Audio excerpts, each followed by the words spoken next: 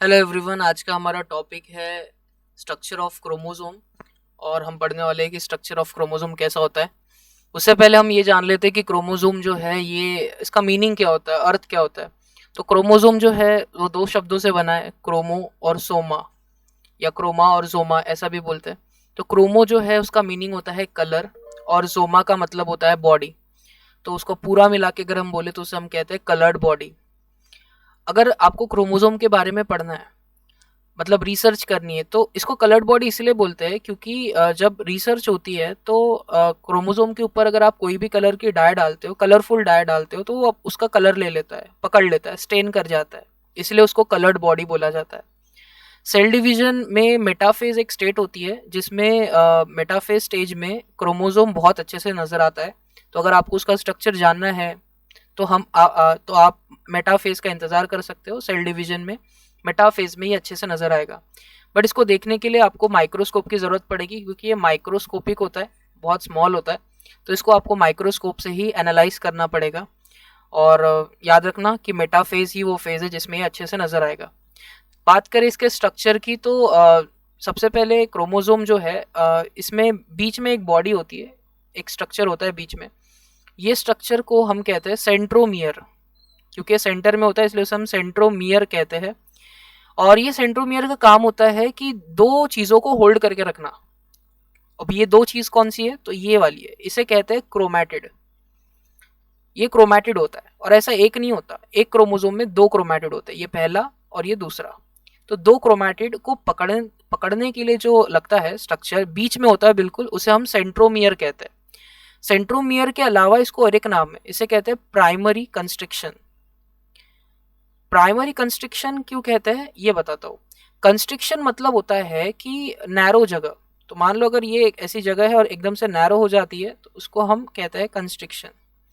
तो नैरो जगह को हम कंस्ट्रिक्शन कहते हैं। तो वैसे ही नैरो जगह हमें क्रोमोसोम में देखने को मिलती है।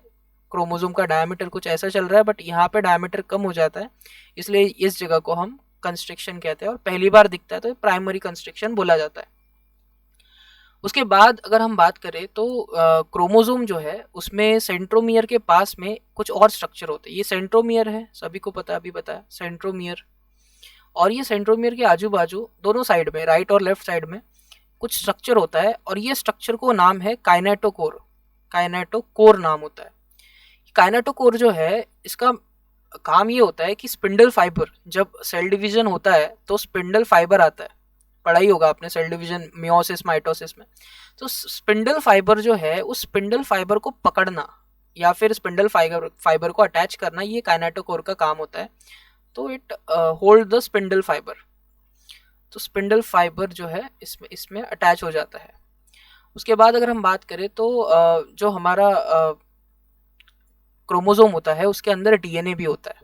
तो अगर आप देख सकते हो यहाँ पे, तो इसके अंदर डीएनए है और डीएनए की एक लंबी थ्रेड होती है। और डीएनए की जो थ्रेड इसके अंदर होती है इसको डीएनए नहीं बोला जाता। एक्चुअली क्रोमोसोम के अंदर जो डीएनए होता है उसका नाम अलग होता है। उस नाम, वो जो नाम है उसका वो है क्रोमोनीमा। क्रोमोनीमा बोलते हैं, या फिर इसको दूसरा भी नाम है, मतलब दूसरे टाइप से हम बोल सकते हैं, उसे कहते हैं क्रोमोनीमाटा। क्रोमोनीमाटा या फिर नीमा, क्रोमोनीमा या क्रोमोनीमाटा, आप दोनों नाम से उसको बोल सकते हो। डीएनए नहीं बोलेंगे अपन। क्रोमोसोम के अंदर जो डीएनए कॉइल्ड है उसको हम क्रोमोनीमा बोलेंगे या क्रोमोनीमाटा। तो क्रोमोनीमा या क्रोमोनीमाटा डीएनए होता है। उसके बाद आप सभी को पता होना चाहिए कि जब हम डीएनए वाला लेसन पढ़ते हैं, डीएनए पैकेजिंग जब हम पढ़ते हैं, तो हमें ये पता होता है कि डीएनए जो है ये एक प्रोटीन मॉलिक्यूल्स के आजू बाजू कॉइल्ड होता है। मतलब प्रोटीन मॉलिक्यूल जो है उसे हम हिस्टोन प्रोटीन कहते हैं। ये हिस्टोन प्रोटीन जो है इसके अराउंड ये डीएनए इस तरीके से कॉइल्ड होता है, ठीक है। और ऐसे एक हिस्टोन प्रोटीन नहीं होते, बहुत सारे होते, आगे भी मिलेंगे। और धीरे धीरे ऐसे धीरे धीरे हमारा जो डीएनए है जो कि काफ़ी लंबा होता है, लंबी थ्रेड होती है डीएनए की, वो ऐसे हिस्टोन प्रोटीन पे इस तरीके से कॉइल्ड होती जाती है। और ये डीएनए प्लस हिस्टोन मिला के हम उसको न्यूक्लियोसोम बोलते हैं। ये मेरे वीडियो है डीएनए पैकेजिंग के ऊपर, तो आप देख सकते हो, तो आपको और अच्छे से समझेगा। तो ये जो यहाँ पे होता है ना, न्यूक्लियोसोम जिसे हम कहेंगे, ये न्यूक्लियोसोम इधर भी नजर आता है, आप देख सकते हो यहाँ पे मैंने बनाया।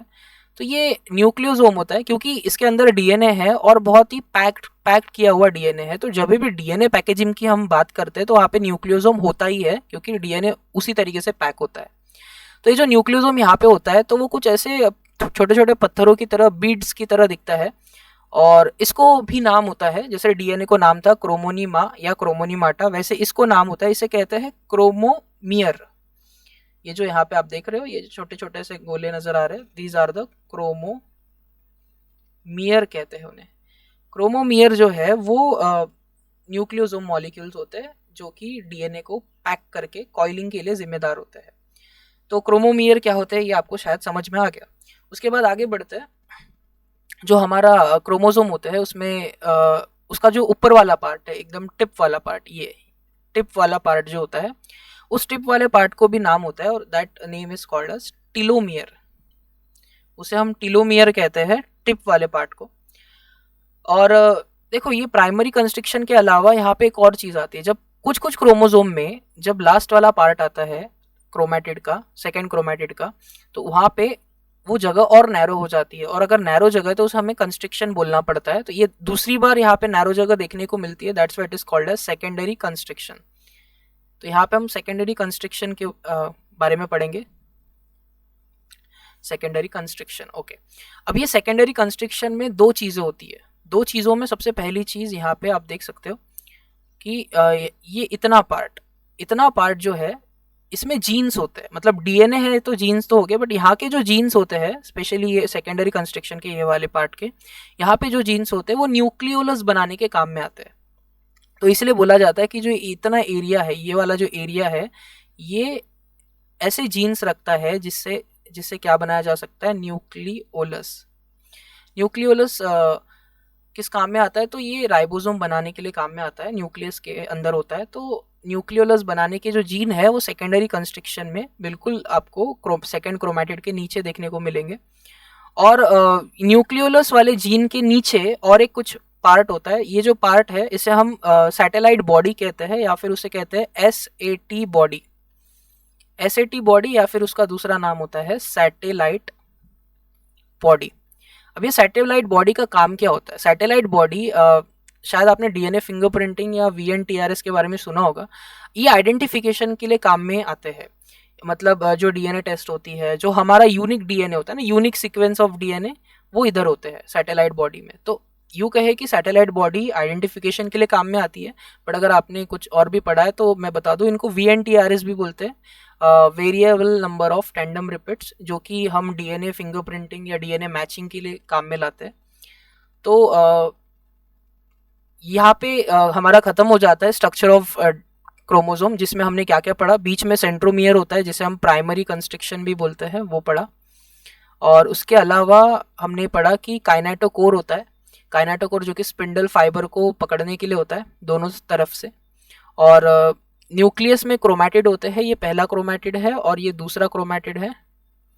और क्रोमेटिड के अंदर में डीएनए का पूरा एक धागा होता है, वो डीएनए को हम कहते हैं क्रोमोनीमा या क्रोमोनीमाटा। और डीएनए जो पैक्ड होता है वो एक पत्थर, छोटे छोटे बीड्स की तरह, या फिर वो जो प्रोटीन होते हैं, न्यूक्लियोसोम्स होते हैं, उनको एक नाम है, उसे कहते हैं क्रोमोमियर।